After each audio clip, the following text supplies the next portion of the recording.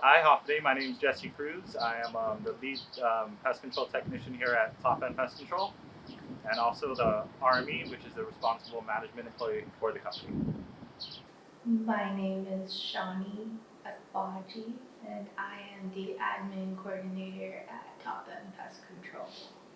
It's going good today. I mean, it's summer. It's rainy. It's our rainy season.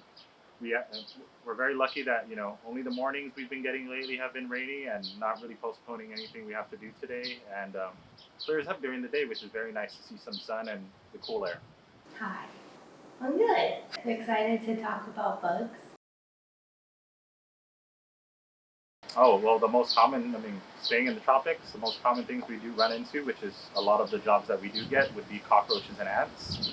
There's a lot of vegetation on this island. It is an island, and those are the two common ones that we see probably um, more than once a day, twice, 5 times a day. So, here in Guam, some of our most common pests that you'll find are cockroaches, different kinds of ants, termites, definitely drywood termites, subterranean termites. We get a lot of rodent calls. Here and there, you get the occasional snake. We got some beetles that are wood boring beetles. We even got some the rhino beetle, which is very popular and known for damaging coconut trees. And because we're a tropical island, they are an invasive species here on Guam. So yeah, we deal with all kinds of bugs, but we get the most calls for cockroaches, ants, rodents, and termites.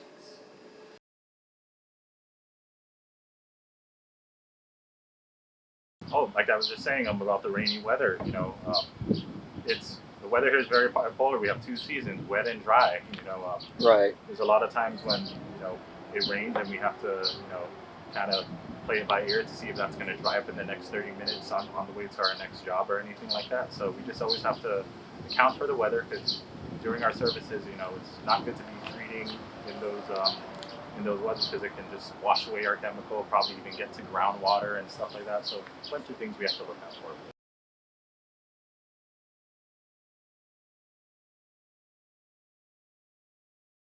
So, as the admin coordinator, I handle the day to day things in the office and then I manage the schedules for our technicians. I listen to what our customers need, take our calls, and basically give them information, help them book treatments.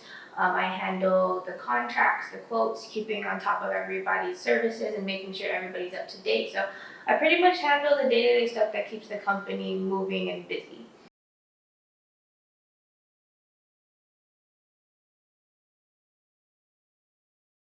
Well, what we do is, we take walks around in and out. So, like for the cockroach and ants, for example, a lot of times those guys come from the outside looking for a food and water source. So you see them a lot in any entry areas, which would be windows, doors, or in food and water source areas, which would be in kitchens and restrooms.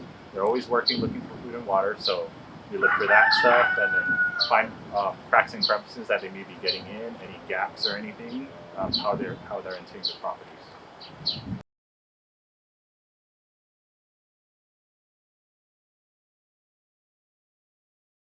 Exactly like I was saying, answering the first question. You don't want to tell people how to live, but we always have to tell them. You need to keep a safe and clean space. If you have standing water in your sink, on your counters, puddles areas, that's a water source for bugs, and also food. If you leave any crumbs out, any dirty dishes out, food out, that's a lot of the common mistakes that they make. A lot. So yeah, keeping food and water out of sight, out of mind, will definitely help not invite bugs.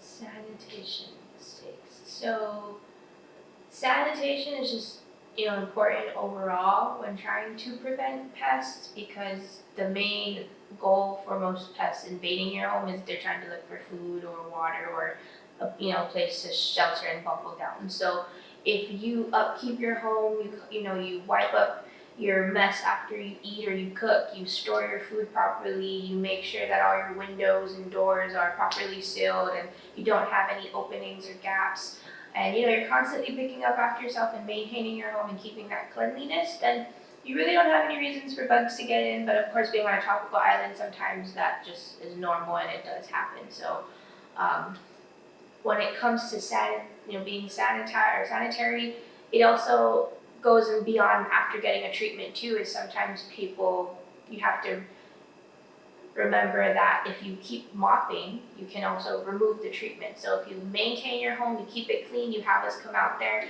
then you shouldn't have any issues where you would need to deep clean your home on a basis where it would remove the product, and you just keep maintaining that cleanliness and hygiene and maintain that with your pest prevention, and you should be good to go.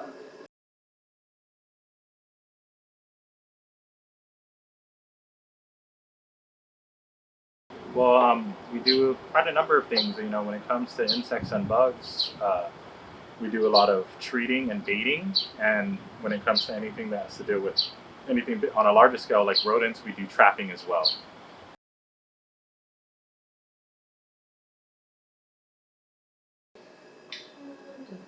Well, I guess that's a little bit objective. Some people can thrive under pressure. Some people kind of freak out when you have to multitask and do many things at once. Sometimes you can have three people trying to call you at one time, and you have to make sure you get to everybody before the day ends.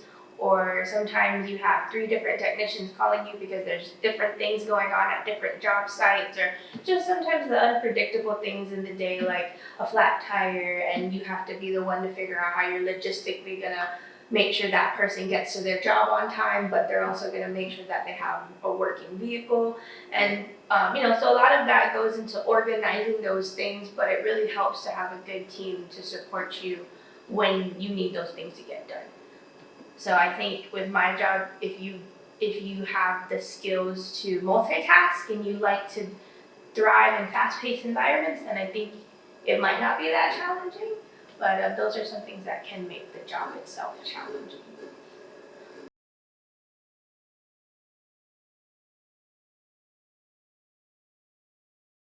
So with our customers, we do service residential and commercial customers.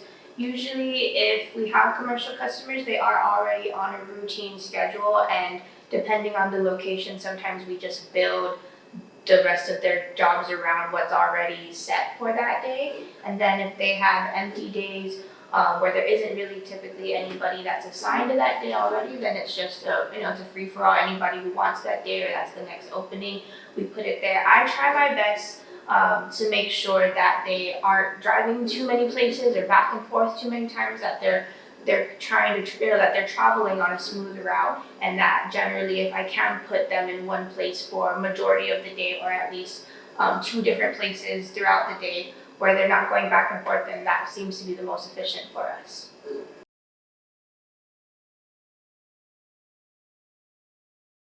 Well, to maintain control, most of our chemicals that we use, our commercial use, is lasts up to 90 days. So we recommend that we do that every 90 days, or at least once a quarter. So to maintain control, meaning that you're not dealing with any infestations currently, it's just maybe 1 to 2 bugs here and there, or a few bugs are getting in because it's the season for that pest. Usually our treatments are good for 90 days, and that is just based off of the label. So if you are trying to do routine treatments, some customers like to do it every 90 days, so that's every quarter, every 3 months we'll come out and we'll spray your house, you get a full treatment. And then of course you are, protected, and you can always call us back between those treatments if you have any issues. But some customers can also get by going every 6 months. So it really just depends on you and your home and what your preference is. Some people, prefer to have it sprayed often. Some people just like to call when they need it, and both ways works for them.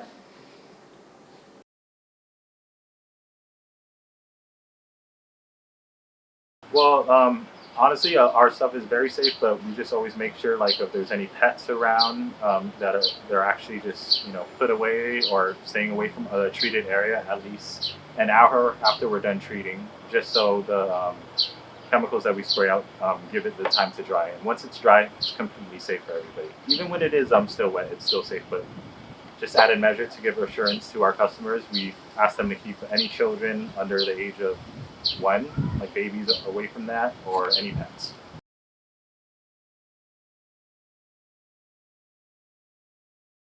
Oh, okay. So with sanitation, that's one thing that draws them is like I said, food and water source areas. And if you have a dog outside that you keep food out, for, let's say, to feed the dog, that invites other pests too, ants, roaches, rats, and also inside your homes. If you leave dishes out with food or water, and it's just it's an invitation for bugs to come into your property in your house.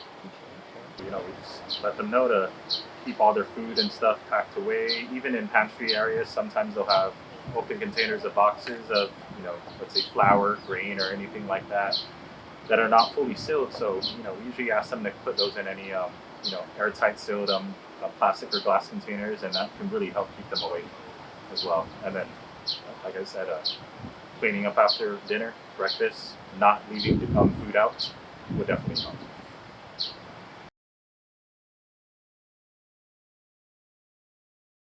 So with scheduling, the biggest thing is sometimes I wish there was just more time in the day because sometimes, especially during busy seasons, it can get really backed up and sometimes we do book out at least 2 weeks in advance. Or if we have big jobs that require maybe 2 to 3 hours to finish the job or two technicians, we are a small team, so sometimes we do have to put a few more bodies at a certain job just to help, be more efficient. But compared to bigger companies who have maybe 30 to 40 employees who are specifically technicians versus us who are, we only have 5, but we try to do the best to be most efficient in how we get our jobs done. So with scheduling, sometimes it's just we don't have enough time in the day to get to everybody, or sometimes it's just we're a small team and we just have to make it work around who's available because sometimes our technicians need their days off too.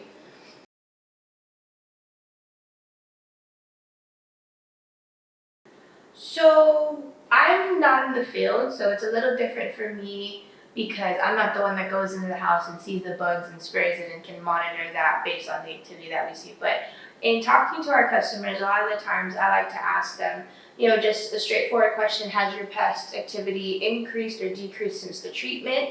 And if they say, oh, it's gotten a lot better, but I still see a few here and there, then that tells me that the treatment is working and maybe it's just a matter of needing to go out and do a follow-up visit just to make sure that we maintain that barrier that we placed at the initial treatment so that they can uphold that barrier that protects their home from any pests that come into the home or that are going throughout the home. So usually with my job or my position, I have to talk to the customer, and that's how I know whether we're doing our job and we're helping them resolve their issues, or if there's something more that we need to do, or if there's some information that can help me inform the technician about needing to adjust the treatment to, because sometimes bugs can even, they can like grow a resistance to certain products. So if it seems like we've been using this product often and it's not working, then the tech will look back at the paperwork and say, oh, well, maybe we need to try something different, a little bit stronger, change the method that we're treating.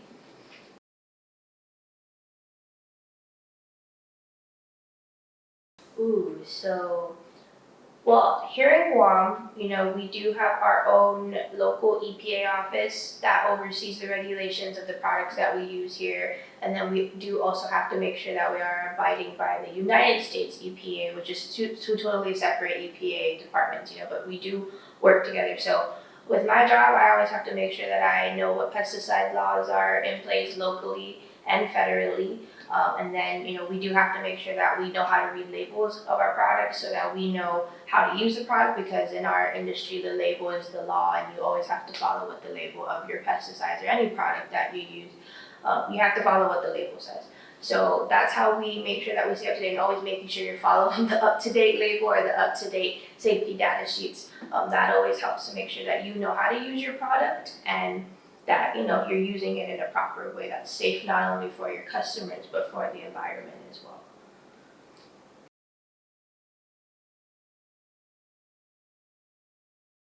Well, honestly, almost everything we do is environmentally friendly.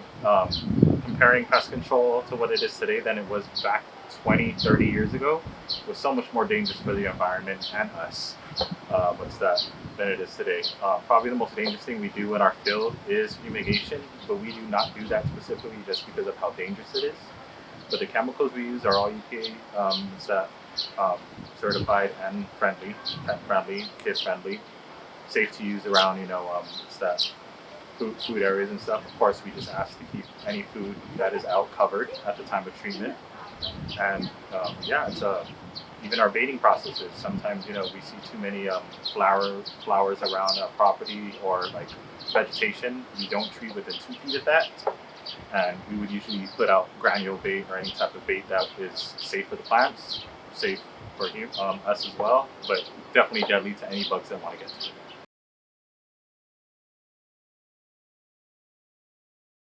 Okay, yeah, so I get a lot of interesting rodent calls. There was this one older gentleman who had, I guess, one rodent had gotten into his home. She just slipped and made her way in through the door, and she had been active in his house for some time, and he had called another company to come out and help him try to catch the rodent, but they had told him that the rodent was too smart and that they couldn't help him. And so I had talked to him, I had asked him, what have you been doing in the home? He said he's been taking all the precautions, he's putting his food away, he's, properly sealing it, properly storing it, putting it up so that the rodent can't get to it. Sorry, he was referring to her as a she. So, and it was funny because he had talked about this rodent as if they had lived together for a while because no one could help him remove it. So I sent a tech out there, and it took a few weeks, took a few tries, but we did eventually help him get the rodent, and we removed it after a few weeks. And there was a couple of times where she was able to, elude some of our traps and all that, but eventually we did get her, and the customer was very happy about that. So props to our tech who went in there and got the job done. And so I've heard a lot of customers say that other companies have told them that it's too hard or it's impossible, but I think from how we like to work, if you're patient enough and you're willing to work with us and trust us to help you, then we will do our best to help you get the results that you're looking for. But sometimes with pests, it just takes a little bit of patience and a little bit of outsmarting them.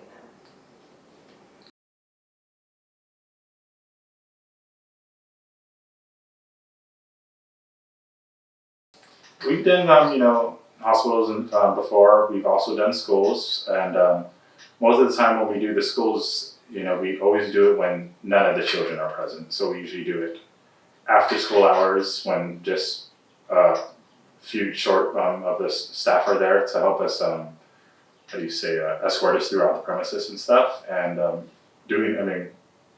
children there keeps it the safest way. And then for hospitals, we tackle the problem areas.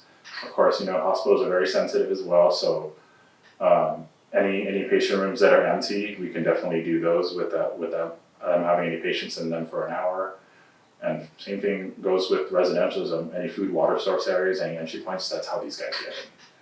So that's how we take care of those issues.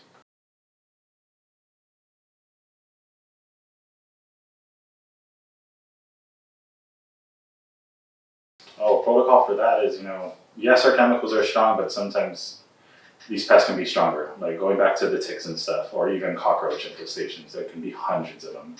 And one treatment will not work, and that's why, we do offer follow-up services, and we usually recommend those follow-up services for any infestations 2 weeks after a treatment is done.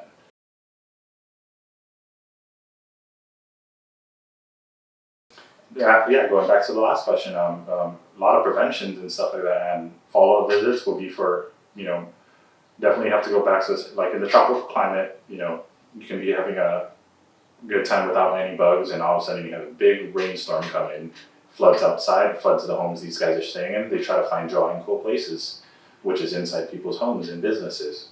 But that's why they call us, because they don't want to, they're bothering them, eating their food, not paying rent. So, it's very challenging here in the tropical climate, but it's also what helps keep us, in business as well, to help, keep them safe from these bugs in their homes and businesses.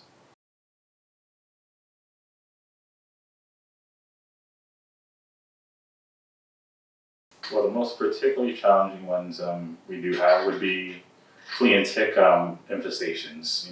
The stray population here on the island, with dogs that are not taken care of bring lots of ticks and also get uninvited, should I might say, to people's homes. So we have to help and then them eradicate that problem. But it also goes to say with other than us doing our chemical part and help killing them, they also have to get their dogs on proper medicine.